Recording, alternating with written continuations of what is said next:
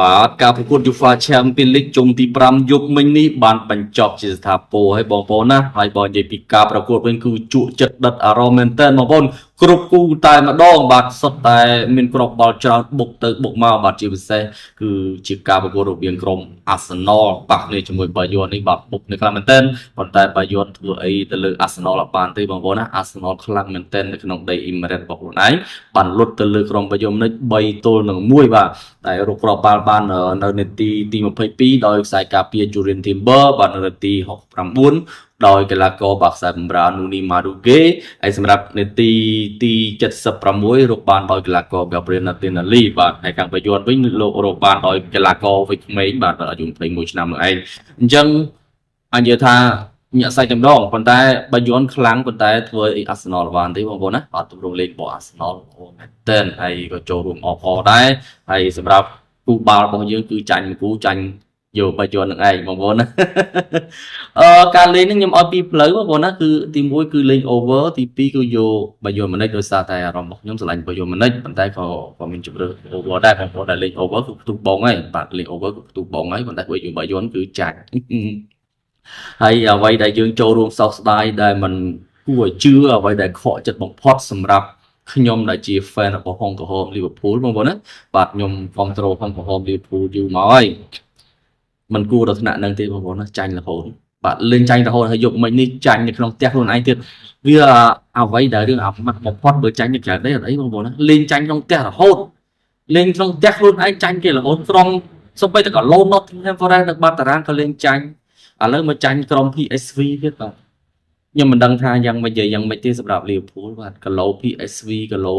Nottingham Forest លេងឈ្នះផងតែលេងឈ្នះណានិយាយទៅអត់អាចធ្វើអញ្ចឹងបានទេបងប្អូនណាខ្ញុំមិនមែនដាក់បន្ទុកទៅលើគ្រូបង្វឹកលោកអានីស្លតដែរប៉ុន្តែយើងមិនអាចធ្វើអញ្ចឹងបានទេនៅបន្តបែបនេះទៀតបាទ Liverpool អាចនឹងយ៉ាប់យ៉ឺនកាន់តែខ្លាំងបងប្អូនខ្ញុំគិតថាគួរតែអាចនឹងបណ្ដេញលោកអានីស្លតចេញ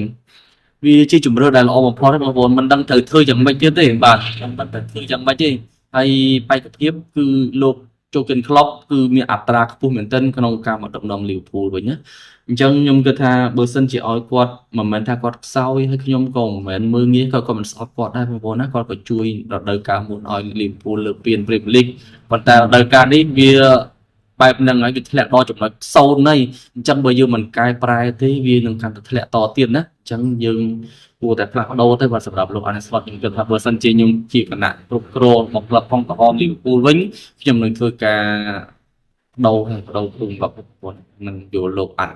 តា Klopp បាទជួប Klopp ត្រឡប់មកវិញហើយមិនដឹងជាលេងយ៉ាងម៉េចទេតម្រងមើលមិនយល់តែម្ដងបងប្អូនណាតម្រងមើលមិនយល់គាត់អត់ប្រើក្បួន4-3-3របស់ Arne Slot របស់ Jurgen Klopp បាទ4-2-3-1នឹងនៅតែ4-2-3-1កីឡាករនឹងដូចជាលេងអត់ត្រូវទេហើយដូចខ្ញុំនិយាយចឹងថាកីឡាករចាស់និងកីឡាករថ្មីនឹងអត់ត្រូវគ្នាបើអត់ត្រូវគ្នាទេអត់ស៊ីចង្វាក់គ្នាទេអញ្ចឹងត្រូវការ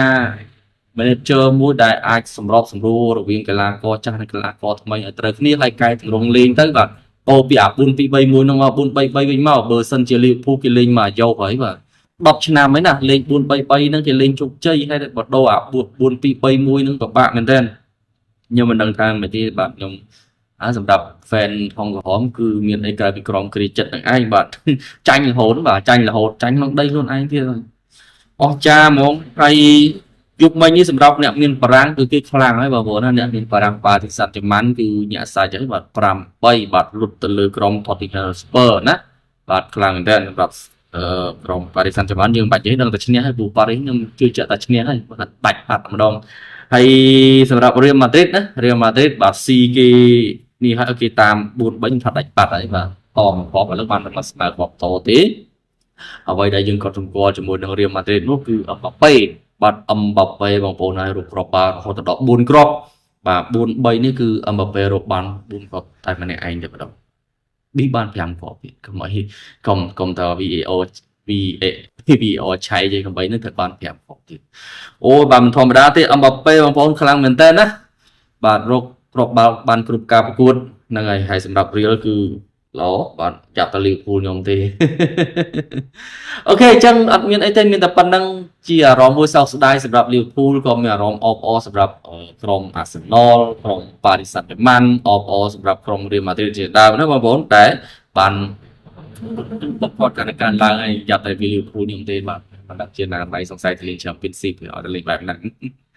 អូខេសម្រាប់3គូរបស់យើងគឺចាញ់គូចាញ់ក្រុមរបស់យើងមិនទេប៉ុន្តែបើបងប្អូនលេង over បាទពោះខ្ញុំឲ្យចំពីជំរឿនបើបងប្អូនលេង over គឺខ្ទង់បងណាបាទអញ្ចឹងយើងចាំជួបគ្នានៅក្នុងយុគនេះទៀតខ្ញុំនឹងឲ្យជាតម្រូវបាននៅវេលាម៉ោង8បាទ8ម៉ោង9ព្រឹកនេះទៀតអរគុណច្រើនបាទសូមគោរពលា